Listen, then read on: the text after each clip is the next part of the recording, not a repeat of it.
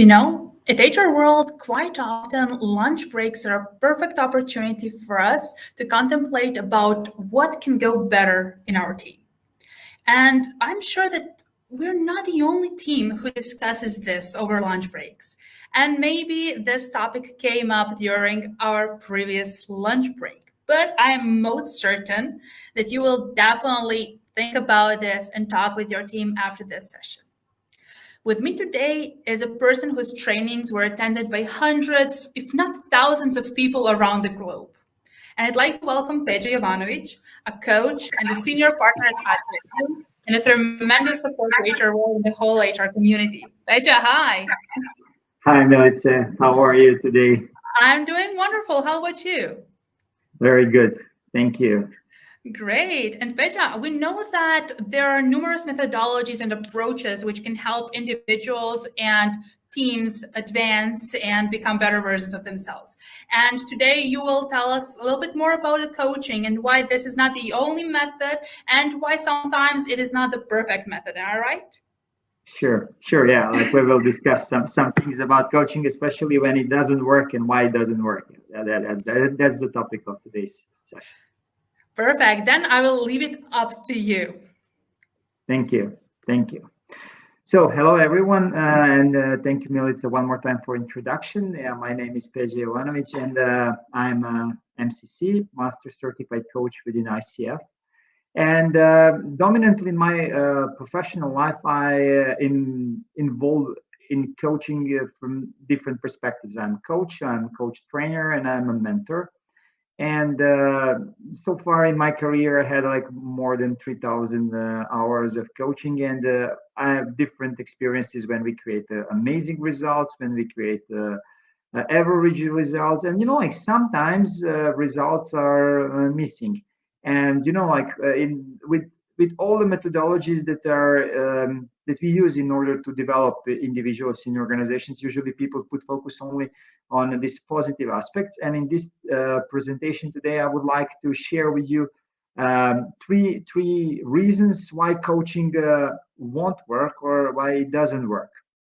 And of course, it is related to my coaching practice as coach and then as a mentor and as a trainer. So I will give you examples for each of these reasons. I will give you at least two examples from my coaching practice.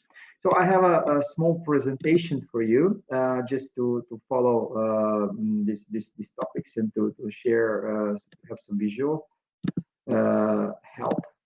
Okay, so I assume that you should see the screen now. Yeah. So first reason, all the wrong reasons for hiring coach. Like in many cases, this is one of the key reasons why coaching doesn't work. Coach is hired for absolutely wrong reason and for working with wrong person. This is why, as coach, we should be able to say no to our clients. It's quite difficult, especially when you're in a position to uh, to get a job, to sell something, to pay your bills, to make money, and then you get request, but like request is not set up well. And I will give you example. Couple of years ago, I don't know, 6, 7, 8 years ago, and this is the last time that I made such a mistake. I was hired by company to work with a lady who was getting back from maternity leave. I will just remove this slide. Yeah, sorry. Yeah. So I was hired to help her getting back in her position from maternity leave, and the feedback was the setting up the contract with her direct superior was that something like he wants to support her so she can get back in her role. And then we started to work, and it turned out that all key functions that she was doing, her direct superior actually moved to to other colleagues. So her getting back in her work was actually quite easy for her. She was really eager to jump into this role as soon as possible, but there was not a trust from her direct superior. So whatever we were defining as the best outcome of the next period, we had, I don't know, 9 or so sessions, something around that. We worked for a couple of months. She was achieving this result really quickly, but always her direct superior was bringing another thing. So the reason for coaching was supporting a person to get back into her role. But the thing is that the real reason was somewhere else. Direct superior didn't have a trust in that person that she will be able to take over that role effectively. So instead of working with direct superior, we were putting our attention and spending time and energy in a person who was really doing her best. She was performing very well, and direct superior was always finding another reason. So what was the learning here for me before accepting a client? And no matter how clear the goal and the outcome is, always explore client's role and client's influence in a bigger system.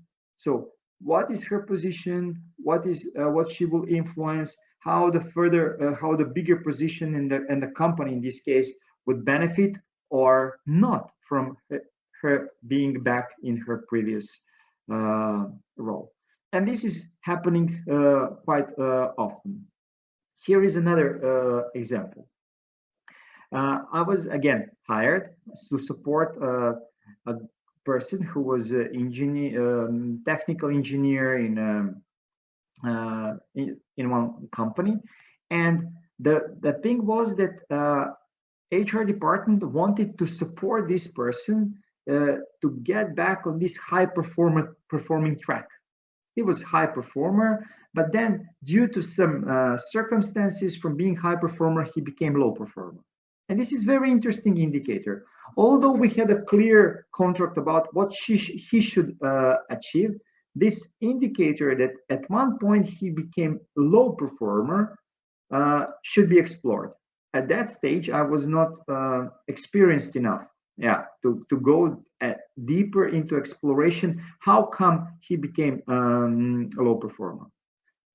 So what actually happened that his direct superior changed, and his relationship with this new direct superior was not on the that level that was with the previous one.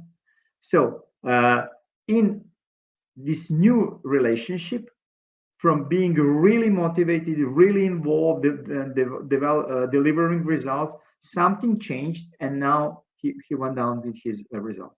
So since this is a relationship, in each relationship there are two people, rarely the biggest effect will happen only when you work with one side. Ideally, you should work with both sides, or ideally, like at least until certain extent, direct superior needs to be included in terms of what is his part in this bad outcome that organization got through his team member becoming a low performer. So again, mistake was not exploring bigger system and not exploring all relevant stakeholders. So in both of these cases, we went to the end of the coaching project. Formally, we finished it. Formally, we got a good evaluation. But fundamentally, the most important thing was not addressed. So that's one example. So next one, again, I will share the screen with you for a moment. Is so-called cookie cutters approach. What does this mean? It means that, like when you're a coach, you usually have some methodology, something that you really like, something that you uh, want to use, some preferred way of doing things, and then you apply uh, same approach, same way to all clients. And then, like at one point, and this point can happen really not so rarely, but more frequently, that your approach simply doesn't work for some of the clients. So ideally, all the time you should expand your knowledge and expand your portfolio of skills. And I will give you again two examples. One example happened really recently when I was working with a lady who is actually both happened really recently, and both are good examples. One is a lady who is mm, in a managerial position of a regional company, and she said that she would like to have more like emotional stability when it comes to dealing with mm, in daily work, and especially when there are many different people who are included in the project or meeting and so on. So sometimes she feels tension, she feels that she's there is too many things on her back, and then and then she's underperforming, or then she's uh, putting a just a big pressure on herself. So in general, like, I don't explore past. I mean, in general, coaching is dominantly focused on future. So in most of the cases, I really focus on what are the results, what it is that you want to achieve, what it is that are some things that you would like to see in future, and so on. So, but in this particular case, I said, okay, I just felt that maybe before moving into the future, we can just explore something what is behind the whole thing. So, and this is why it's good that you have a broader portfolio of skills. You can have different approaches for different topics. And basically, it turned out that there is nothing about future, no specific outcome that she wants to achieve. That her tension that is happening is related to something that actually happened in past. So it is more closer to therapy than to coaching. And my suggestion to all of you is that you get the basic trainings in different therapeutical approaches, so that you can understand where is the moment where you shouldn't go into future direction. So in this particular case, we had literally 2 sessions. I applied some of NLP things with her, and I rarely apply NLP in pure coaching. And basically, after 2 sessions, she said that like the subjective experience is, I don't know, 60% better, and that's it. This is good enough so that she can proceed and she can move by herself. So after this improvement of 60%, now we can get into coaching mode. I could continue to coach her on future, on the results and everything, but but this thing that needed to be resolved would stay there as some kind of small trauma that was there. So we didn't went into therapy, we didn't went to pure coaching, we applied some elements of NLP, and then we moved into the future. Same thing happened with another client. He's in important regional marketing position of one in automotive industry of one big, actually it's Skoda. And with him, it was very similar. Like he wanted to achieve some kind of business results, but then he said that that recently he had disturbed sleep. That recently he kind of has some kind of fears, some tensions that are coming out of nowhere. He doesn't know where it comes from.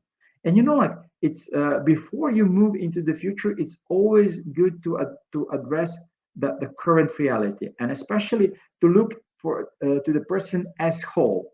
Like although what he wants to achieve business results as a manager, but if he has a disturbed sleep and he cannot sleep well, Like we cannot say, well, let's focus only on business, let's forget about the private thing. This is not about your private life, it's about business results. So we actually allocated only one session. It was a longer session. Again, I applied some things from some other methodologies than the pure coaching. And then we found out that he was the reason why he has this type of problem is the pressure, the inner pressure that he's putting on his son, and that this is related to his mother. Doesn't matter. Long story. Like he thinks he puts on his back obligation that he's responsible for her. So we had a one session of preparation where we actually explore this thing. We clean his emotional tension towards his mother, and he took over the responsibility for himself, not for her, and left her responsibility to her. And then he was ready to move forward. So, as a professional coach, my recommendation is to you is that you always expand the portfolio of your skills. It's good to have one methodology that you're really good at, that you mastered, but unless you have a broad portfolio of different approaches, you might find yourself that you're applying this approach that you just use the same thing over and over again for different people, and sometimes it won't work. So that is the second. These are second examples that are connected with this second reason why coaching doesn't work.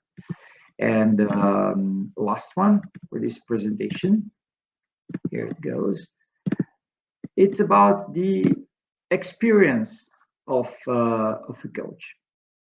In many cases, especially in many coaching trainings, we talk about that coaching is methodology that it's the experience is not relevant so much, like and that we coach without content, and that you can coach almost anyone, yeah, like on anything.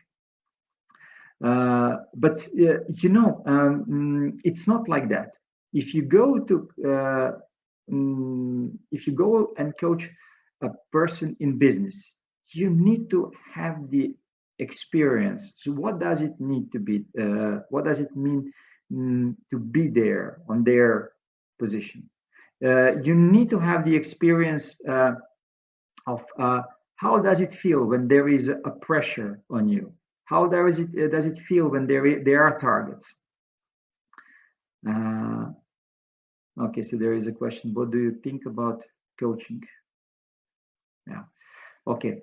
So that's the unless you have such an experience, no matter how good are you in following the methodology, your intuition, your unconscious mind will not be able to go into right direction, because it cannot connect to unconscious mind of your client.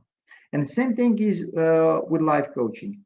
Now, I mean, from the process point of view, I can be amazing coach for almost anyone, because like I master the process. But if I coach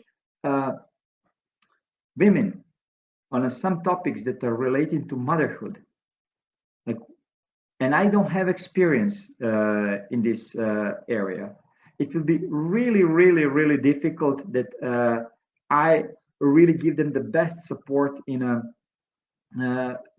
way that we can co-create something together, because their experience cannot connect with my experience.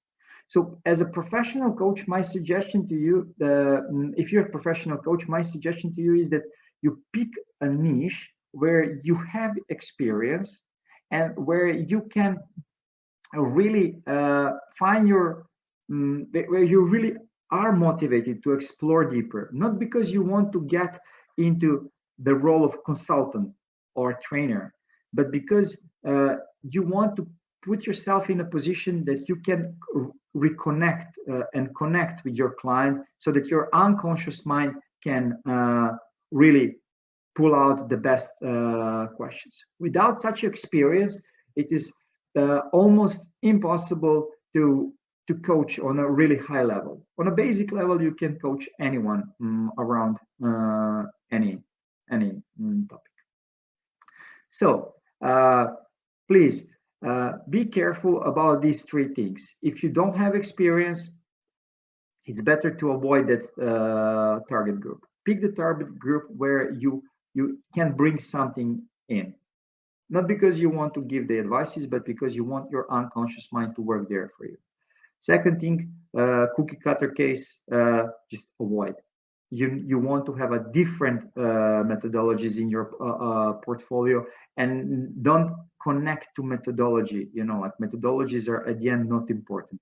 On MCC level, ICF doesn't want to see a trace or any kind of methodology. They just want to hear you. One question, one answer, and next question is connect to previous answer. And the first approach and the first thing that I mentioned, so what is the reason and why somebody hired coach? And before just jump into coaching, always first explore the reasons why and a broader system.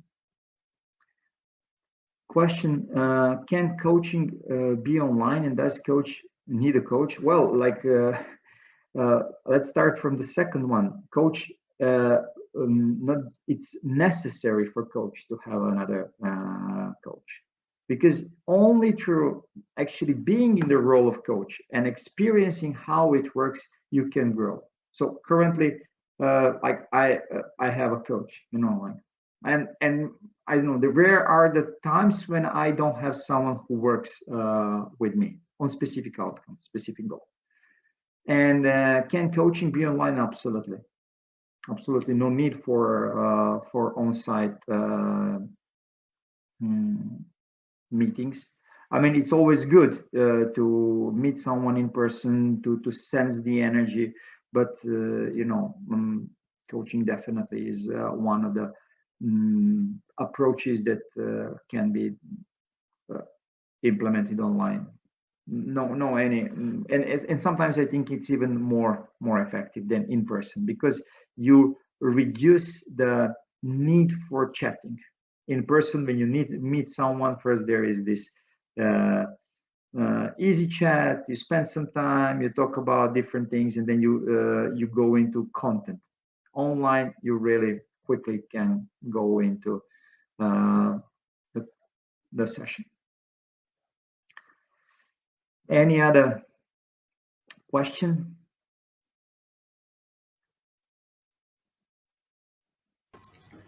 Hey, Pedja. Yeah, I've been signaling to the tech team to let me in. We have one more question, and it is, what would be your advice of expanding the knowledge, and in which areas should we look to?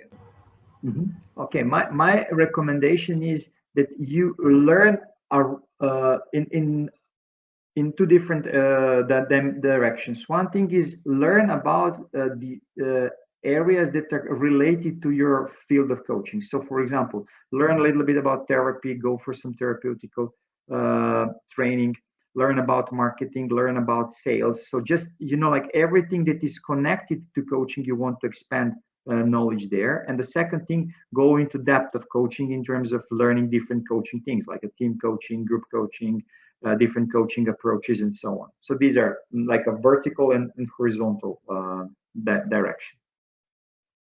Mm-hmm. And it's an ongoing process. Yes.